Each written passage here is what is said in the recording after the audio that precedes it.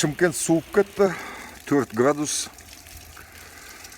Мына кешегі жағдай елімізді шулатқан Қастақ агенттігі шығарған мәлімдемесінде айтылған Қазақстан Республикасының үкіметі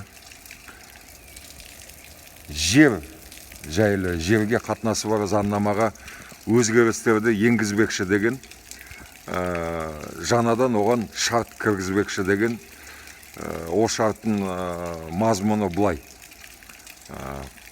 Қазақстанның жері ешкімге жалға берілмейді, бірақ ол жалға тегін берілуі мүмкін Евразиялық экономикалық одақтың мүшелігі бар мемлекеттердің компанияларына деп, жаңа акционерлік қоғам, кәсіп орындар, завод және тағы да басқалары. Жаңағы Қастақ агенттігі жариялаған мәлімдеменің ішінде 2 завод аталған, редуктор шығаратын Қостанай облысында тағы да бірдеме. Сол жайлы бүгін енді ел шулағасын әлеуметтік желіде мен де айтқанмын, мен қолыма қару ұстап оған қарсы шығамын дегенге, енді мен ғана емес, жалпы қазақ халқы оған көтеріліп шулап атқанына, ал біз оған құқылымыз, өйткені ол біздің жеріміз, біз оған наразылық білдіруге құқылы тұғы, біз оған міндеттіміз жерімізді қорғауға. Қазақтың жері ешкімге жалға берілмеу керек, бөтен басқа біреулерге. Соған байланысты бүгін мәжіліс депутаттары, Ақ Жол партиясының фракциясы мәжілістегі өкіметтен жаңағы заңнаманың жаңағы өзгеріс енгізейін деген шарттың ұсынысын, жобасын сұрап іздеуде екен, әлі табылмай жатыр. Міне қазір сағат 4, әлі жоқ. Бірақ күтеміз, қалай табады, не таппайды, біз оның жауабын аламыз, білеміз. Соған байланысты жаңағы Ақ Жол партиясы өкіметтен біріншіден жаңағы іздеуді сұрастыруда көрсетіндер деп, олар көрсетсе, олар оны көтеріп, мәжіліс депутаты болып, мәжілістегі партия болып, президентке ұсынбақшы. Тоқаевқа, премьер-министрге жолдама жасайды. Оған қарсылығын, наразылығын білдіріп. Жаңағы Қастақ агенттігі жалған ақпарат таратты деп мен ойламаймын. Өйткені олардың бастары екеуі емес. Жаңағы Қастақ агенттігі ол ресми түрде тіркелген бақ орны, олардың жауапкершілігі бар, олардың лицензиясы бар. Олар жалған ақпарат таратса, ол арандатушылыққа жатады және қылмыстық іске жатады. Оларды лицензиясынан да айырылып қалуы мүмкін, және олардың басынан істі қозғалуы мүмкін. Сондықтан күтеміз, көреміз, не болатын, бұл немен жалғасатынын. Мына осы бейненің астына мен жаңағы Ақ Жол партиясының жолдаған хатының үзіндісін тіркеп қойдым, тіркеймін, оны көрерсіз.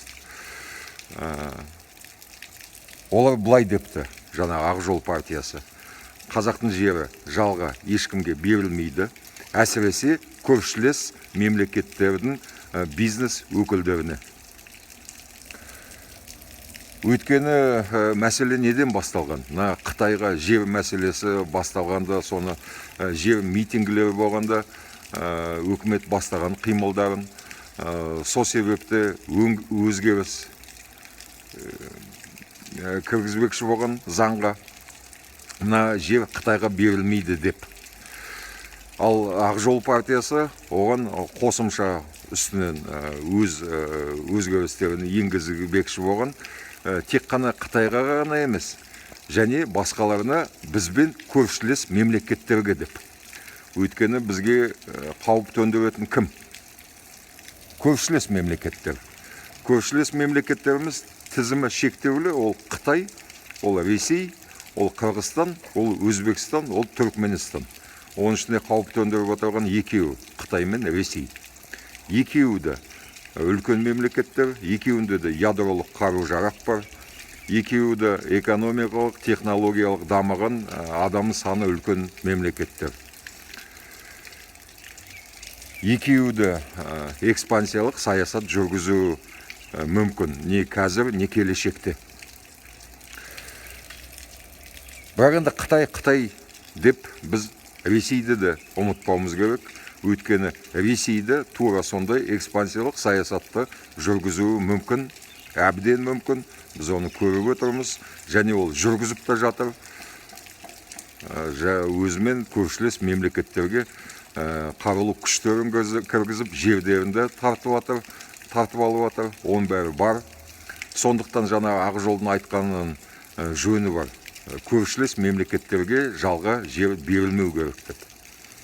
Ал мына кешегі Қастақтың таратқан ақпараты үкіметтің жаңағы заңнама жобасына өзгеріс енгізбекші, соны қарастыруға ұсынып жатқан жер ешкімге берілмейді, бірақ Евразиялық экономикалық одағының мүшелеріне жер берілу мүмкіндігін ол